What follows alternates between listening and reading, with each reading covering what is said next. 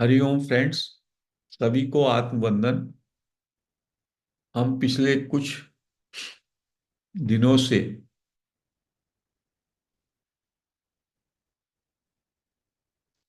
कुछ बुद्ध पुरुषों की वाणी पर चिंतन कर रहे हैं। रमन महर्षि, निसर्गदत्त महाराज और अन्य संत जिन्होंने अंतिम सत्य को जाना और अंतिम सत्य को जान करके उन्होंने उसको बताया नहीं वो क्या है, उन्होंने उसको जानने का हमको मार्ग बताया। क्योंकि ये गुरु कहते हैं कि जो अंतिम सत्य है या जो रियलिटी है, वास्तविकता, वो वास्तविकता का कुछ बयान नहीं हो सकता,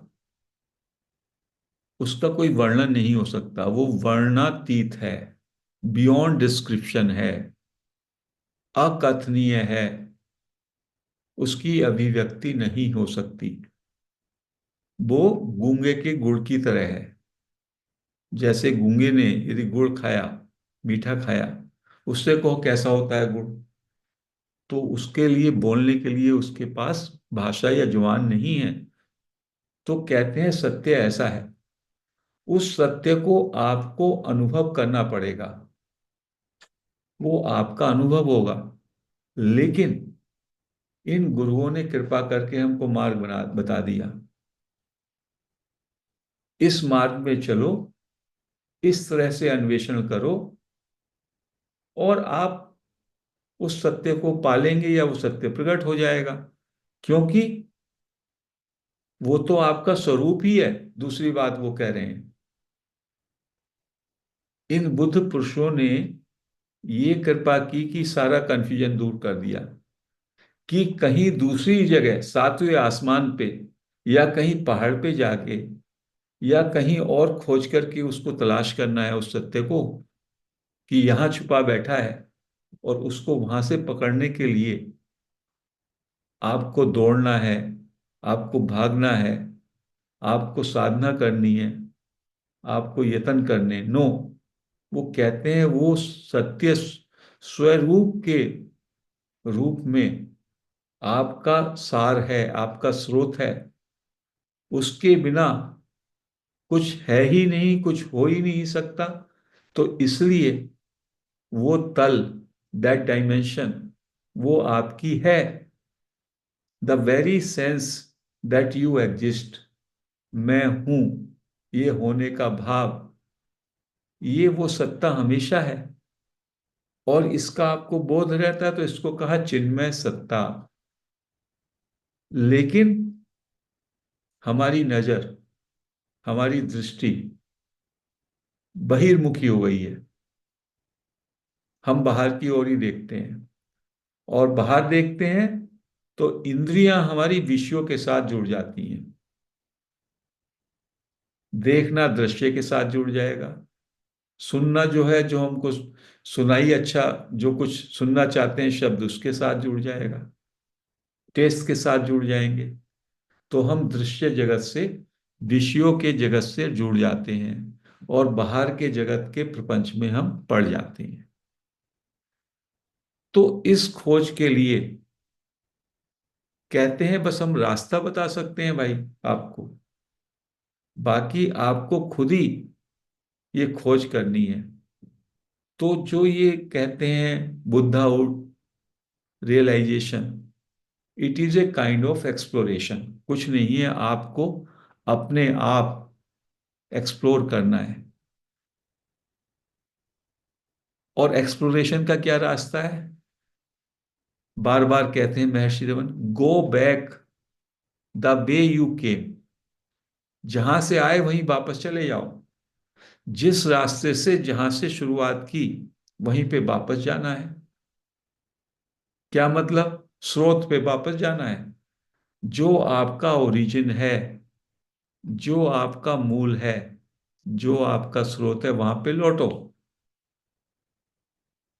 अभी कहाँ हो आप? अभी आप बहिर्मुखता में फंस गए हो। बहिर्मुखता क्या है? दृश्य, ऑब्जेक्ट, पदार्थ, वस्तुएं, ये शरीर जो दिखाई देता है, इस सब को ही हम, जो हमें दिखाई दे रहा है, उसको हमने वास्तविकता मान लिया, वो सब दृश्य जगत है। लेकिन इसका सबका स्रोत जो है वो नहीं दिखाई देता, लेकिन आधार और इल्यूमिनेशन, प्रकाश, वो वहीं से आता है। जैसे कोई बिल्डिंग है, उस बिल्डिंग की फाउंडेशन आपको नहीं दिखाई देती, लेकिन फाउंडेशन के बिना कोई बिल्डिंग है क्या? हो सकती है क्या? नहीं हो सकती। जैसे कि बहुत सारा बिजली के बल्ब, ट्यूबलाइट, बिजली का तमाम इंस्ट्रूमेंट लगे हैं, लेकिन यदि बिजली का करंट ना हो, पीछे पावर हाउस ना हो, तो क्या उससे प्रकाश आ सकता है? बल्ब तो मात्र एक फॉर्म है, एक नाम है। या सिनेमा पे पिक्चर आप देखते हैं, यदि उस पिक्चर के पीछे से स्क्रीन निकाल दिया जाए और प्रोजेक्टर हटा दिया जाए, तो क्या आप मूवी की कल्पना कर सकते हैं? तो ये मास्टर कह रहे हैं, जो भी ये आपको दिखाई देता है, ये वास्तव में इल्यूजन है, ये वास्तव में मिथ्या है। ट्रांजिटरी उसका नाम है। मिथ्या का लोग सोच लेते हैं, उन मास्टर्स ने तो कहा ये है ही नहीं, ये जानो आप, ये जैसे है ही नहीं, ये केवल एक प्रतीति मात्र है। लेकिन आप उसको ये भी समझ सकते हो कि जो भी परिवर्तनशील है, जो आता है और जाता है और दिखाई देता है, वो उसको कहा ट्रांजिटरी, मोमेंट्री, इल्यूजरी। उसके साथ जो हमारा चिपक गए हम, बस वो चिपकने से क्या होता है, हम क्लैरिटी हमने खो दी, हमारी समझ खो गई। हमारा विवेक, सत असत का विवेक, उसको जगाना है और हमें सत्य का बोध करना है। सत्य का बोध ही स्वरूप का बोध है। और वो स्वरूप कैसा है? जो स्वरूप कभी नहीं बदलता, ज्यों का त्यों रहता है, उसी का नाम आत्मा है। उसी को परमात्मा कहते हैं, उसी को सेल्फ कहते हैं, उसी को साक्षी कहते हैं। तो ये जो सीकिंग है, ये जिज्ञासा है, ये क्यों होती है हम में? इसलिए होती है कि हम बाहर के दृश्य जगत का सब सुख भोग भी लेते हैं, दुख भी होता है, और हम उससे फ्रस्ट्रेट भी हो जाते हैं, और हम उससे सैचुरेट भी हो जाते हैं।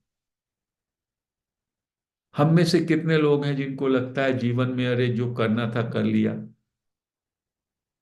पहले हम कोई चीज पाना चाहते हैं, फिर वो मिल जाती है तो उसकी मीनिंगलेसनेस, उसका कोई अर्थ नहीं रहता जीवन में। तो एक तो वो कैटेगरी के लोग हैं जिन्होंने, who are saturated in their life, क्योंकि मैटेरियल वर्ल्ड में जो चीजें हैं, असत के संसार में, व्यवहारिक जगत में, कहीं कोई ठहराव नहीं है। तो वो एलिजिबल हैं इस इंक्वायरी के लिए, इस अध्यात्म में जाने के लिए, क्योंकि उनको सैचुरेशन हो गया है। उन्होंने देख लिया, ये असत की महिमा देख ली उन्होंने। संसार में कुछ भी पालो, उसके बाद उसमें कुछ अर्थ नजर नहीं आता। पहले आप उसके लिए कितना भरसक प्रयास करते हो, फिर वो मिल जाता है, उसके बाद भी उससे तृप्ति नहीं होती। तो संसार की असत की असारता, और चूंकि आपके अंदर जो ये स्वरूप है, ये स्वरूप का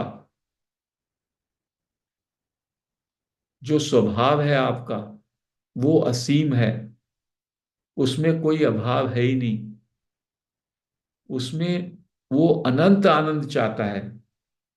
तो ये छोटी छोटी बाहर की चीजों में जब आप उलझे रहते हैं और आप एक्सप्लोर करते हैं कि सब तो है हम पे, सक्सेस भी मिल गई, पैसा भी मिल गया, रिलेशनशिप भी मिल गई, लेकिन तब भी हमको आनंद नहीं आ रहा, हमको शांति नहीं है, तब ये अध्यात्म का एक्सप्लोरेशन हम शुरू करते हैं।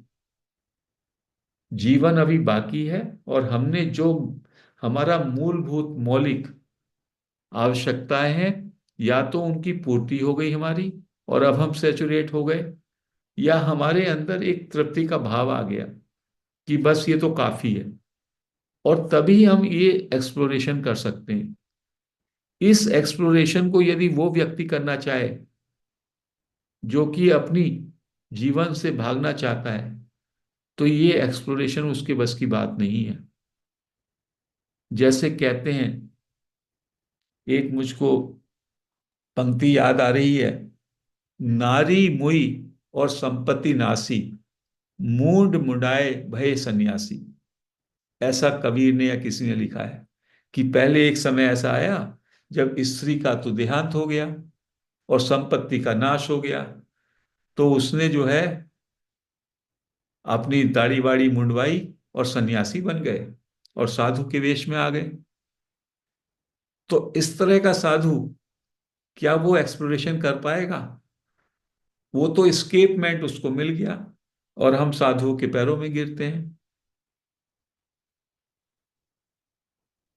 ये जो अध्यात्म की प्रक्रिया है, ये प्रक्रिया उस सत्य को, अपने स्वरूप को, अपने हकीकत को जानने का एक एक्सप्लोरेशन है।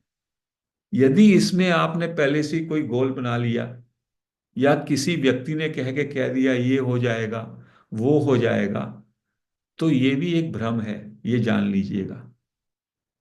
और जीवन, जो सत्य को बोलने वाले लोगों ने इस बात को कहा कि जीवन में कोई बदलाव नहीं आएगा, आउटर कंडीशंस आपकी वैसी रहनी है। रामकृष्ण परमहंस के शरीर में यदि रोग लगना था, कैंसर होना था, कैंसर के साथ वो रहे। महर्षि रमन भी, उनको भी कैंसर टाइप का कुछ हुआ, लास्ट में निसर्गदत्त महाराज को भी हुआ। तो ये भी नहीं है कि कुछ कोई ये सोचे इससे शरीर या किसी और तरह के आपकी जो भी कॉन्फ्लिक्ट्स हैं, लाइफ के समस्याएं हैं, वो बिल्कुल खत्म हो जाएंगी। केवल आपका मनोस्थिति या आपका जो उनको हैंडल करने का तरीका है, आपकी दृष्टि, बस दृष्टि बदल जाएगी। क्योंकि आप ये जान जाएंगे ये सब ट्रांजिएंट है, ये सब अनित्य है, और मेरा जो स्वरूप है, अभी आप पेरीफेरी पे खड़े हैं, अभी आप परिधि पर हैं, फिर आप केंद्र में होंगे, और केंद्र में होकर के आप सब चलता फिरता देखेंगे। चारों तरफ जो भी परिवर्तनशील जो ये नजारा है, जो सिनेमा है, उसको देखेंगे, आप उसके दृष्टा हो जाएंगे। और सिनेमा को जब आप देखते हैं, तो आपको उससे कोई बहुत ज्यादा फर्क नहीं पड़ता। वहां कोई मर रहा है, वहां पे खून हो रहा है किसी का, या वहां पे किसी का प्रेम हो रहा है, वहां पे कोई बारिश हो रही है, या वहां पे आग लग रही है, तो आपको कुछ ज्यादा फर्क नहीं पड़ता, आपके अंदर एक समता आ जाती है। अभी चूंकि हम असत से जुड़े हैं, और इस जगत को, बाहर के जगत को, दृश्य जगत को वास्तविकता मानते हैं, तो अपनी कंडीशनिंग के कारण, जो हमारी सोशल कंडीशनिंग है, जो हमारी कल्चर की कंडीशनिंग है, जो हमें माँ बाप कुटुंबीजनों ने दिया, हमको राइट रॉन्ग, हमारे कुछ बिलीफ सिस्टम बन गए हैं, माइंड के पैटर्न बन गए, उससे हमारे अंदर राग और द्वेष का जन्म हो गया है। कुछ अनुकूल होता है, तो हम उसको वेलकम करते हैं। कुछ प्रतिकूल होता है तो हमारे अंदर द्वेष आ जाता है। सो ये राग द्वेष के चश्मे से हम इस बाहर के ड्रामे को देख रहे हैं, और मेरे अंदर एक झूठे मैं का मेरे अंदर निर्माण हुआ है। तो जो वास्तव में नहीं है वो दिखाई दे रहा है, और जो हकीकत है वो छिप गया है। तो ये चश्मा मेरा बिल्कुल सही हो जाए, मेरी दृष्टि भ्रम जो है वो बस दूर हो जाए, और वो इस एक्सप्लोरेशन से हो जाएगा। तो इसलिए ये मास्टर कहते हैं जहां आप हैं वहीं पे आप रहेंगे, और वहीं पे परमात्मा है। लेकिन आपकी दृष्टि का भ्रम है। वो दृष्टि का भ्रम, वो भ्रांति, जैसे आपने अज्ञान के कारण रस्सी है, अंधेरा है, आपने उसको सर्प मान लिया, और जब वास्तव में देखते हैं तो वो तो रस्सी है। तो अज्ञान हटा, रस्सी तो पहले से थी। आपने उसमें गलत धारणा से स्नेक को आरोपित कर दिया था, सर्प को, और उससे आपके अंदर भय आ गया था। तो बुद्ध ने भी ये कहा, हमारे जीवन में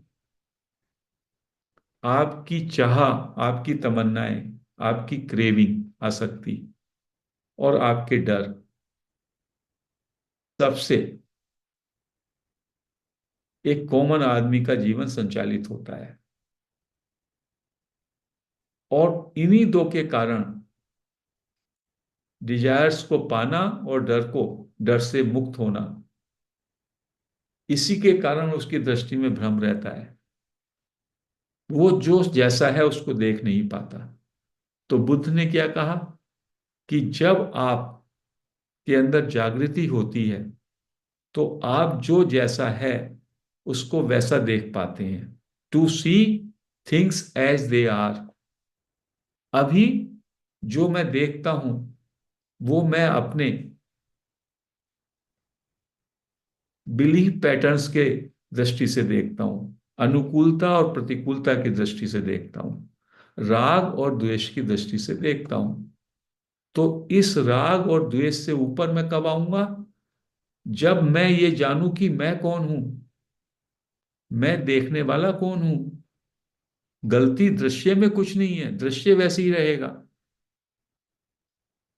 बाहर का जगत प्रपंच भी वैसे ही रहेगा।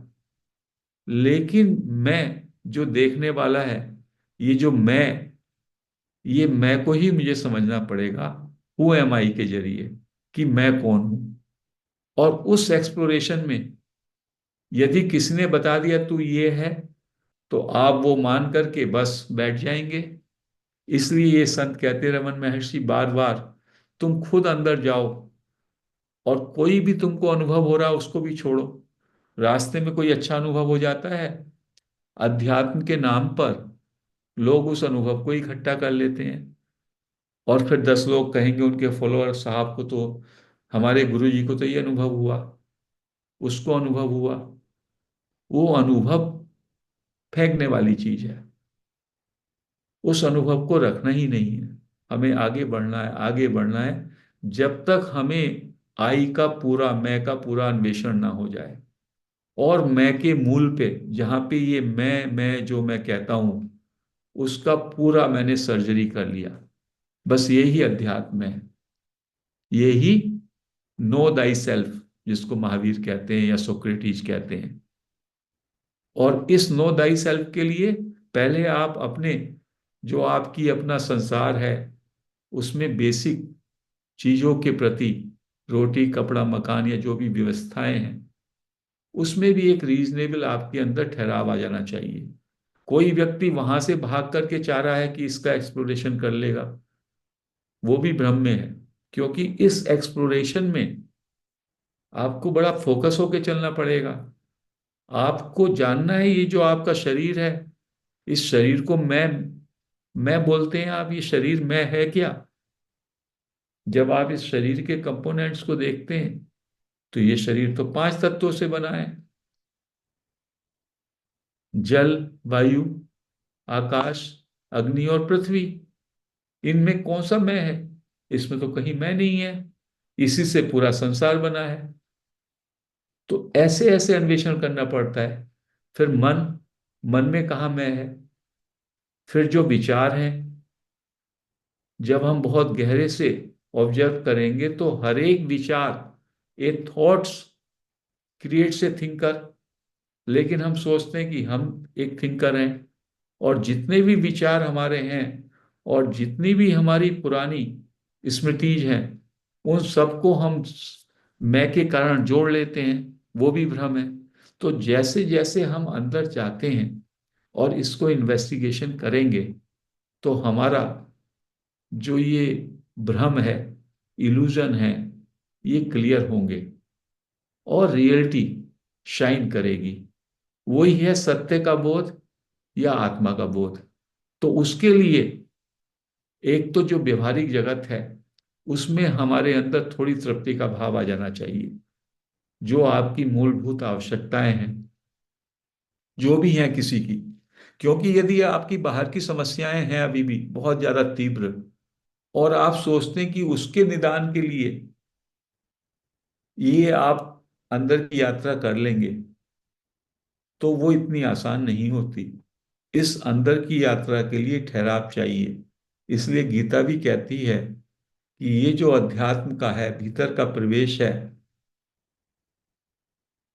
वो उन्हीं लोगों को